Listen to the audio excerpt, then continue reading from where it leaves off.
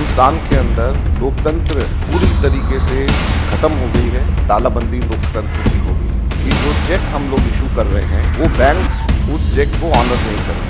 मुख्य opposition party के सारे अकाउंट्स फ्रीज कर दिए। 20% of India votes for us and we are not able to pay 2 rupees. ये वही बयान है जो हाल फिलहाल में कांग्रेस पार्टी ने मीडिया के सामने एक प्रेस कॉन्फ्रेंस में दिए थे और उन्होंने कहा था कि उनके पास उनके कर्मचारियों को सैलरी देने के लिए भी पैसे नहीं है। उनके पास एक राज्य से दूसरे राज्य में वो अपने कर्मचारियों को और साथ ही साथ अपने प्रतिनिधियों को नहीं भेज सकते क्योंकि आईटी ने उनके अकाउंट्स फ्रीज कर दिए हैं। यानी कि आईटी ने बड़ी कार्रवाई की थी और साथ ही साथ कांग्रेस पार्टी ने इसे देश की सबसे बड़ी विपक्षी पार्टी के मुंह पर ताला लगाने की भी बात कही थी और साथ ही साथ ये भी कहा था कि इस देश में लोकतंत्र की हत्या हो रही है, इसे बचाना चाहिए। यानी कि साफ तौर पर बीजेपी पर निशाना साधा और साथ ही साथ उन्होंने ये भी कहा था कि सरकार जो सरकारी एजेंसियां हैं उनका गलत फायदा उठा रही है और वो विपक्ष की बोलती बंद करने के लिए, विपक्ष के मुंह पर ताला लगाने के लिए और उनके किसी भी काम को रोकने के लिए, बाधित करने के लिए इस प्रकार की हरकतें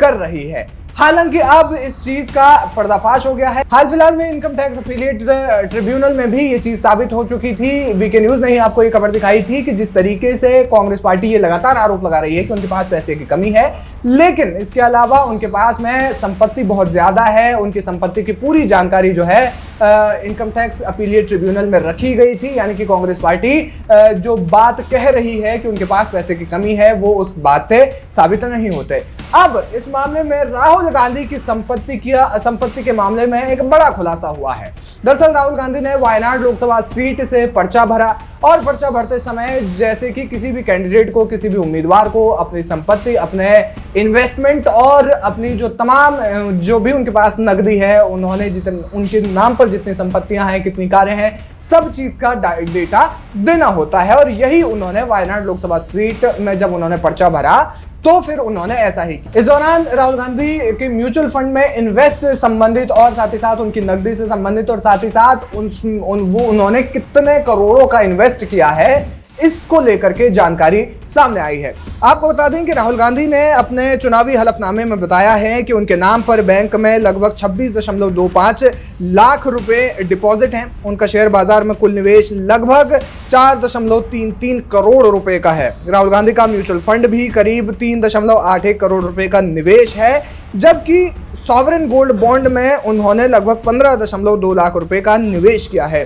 कांग्रेस नेता के पास यानी कि राहुल गांधी के पास 4.2 लाख रुपए की ज्वेलरी भी है। आपको बता दें इसके अलावा राहुल गांधी के नाम से एनएसएस, पोस्टल सेविंग और इंश्योरेंस पॉलिसी में करीब 61.52 यानी कि करीब 61.5 लाख रुपए डिपॉजिट है। राहुल गांधी के पास जो कुल चल संपत्ति है वो 9,24,59,264 रुपए की है। वहीं उनके पास कुल अचल संपत्ति करीब 11,14,02,598 रुपए की है। इस तरह से उनके पास कुल संपत्ति करीब 20,38,61,862 रुपए की है। जी हाँ, राहुल गांधी की जो कुल संपत्ति है वो करीब 20 करोड़ रुपए से ज्यादा की है। हालांकि राहुल गांधी पर करीब 49,79,184 रुपए की देनदारी भी है, यानी कि राहुल गांधी का ये बकाया भी है। राहुल गांधी ने पहला चुनाव 2004 में लड़ा था, तब उनकी कुल संपत्ति 55 लाख रुपए बताई गई थी और अब ये संपत्ति सीधे 55 लाख रुपए से बढ़कर 20 करोड़ रुपए से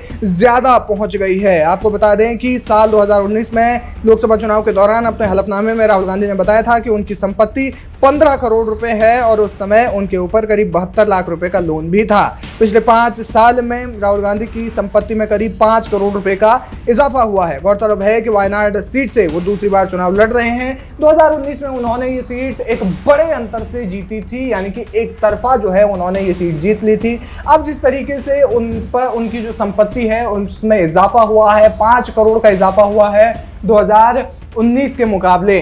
तो जो कांग्रेस पार्टी लगातार कह रही है कि उनके पास पैसे की कमी है और वो लगातार इस तरीके का आरोप जो है बीजेपी पर लगाते हुए आए हैं और अब जो है राहुल गांधी की संपत्ति के बारे में, कुल चल अचल संपत्ति और साथ ही साथ उनकी कुल मिलाकर के जितनी भी उनके पास संपत्ति है उसको लेकर के जो खुलासा नया हुआ है कि उनके पास करीब करीब 20 करोड़ से ज्यादा की संपत्ति है। 20 करोड़ से ज्यादा रुपए की जो उनकी संपत्ति है वो अब इस खुलासे में हुई है। जो चुनावी एफिडेविट उन्होंने, चुनावी हलफनामा जो उन्होंने दाखिल किया है वायनाड लोकसभा सीट से, तो जिसमें कि लगभग करीब 20 करोड़ से ज्यादा की उनकी संपत्ति है। उस पर अब आप क्या कुछ कहना चाहेंगे, हमें कमेंट करके जरूर बताएं।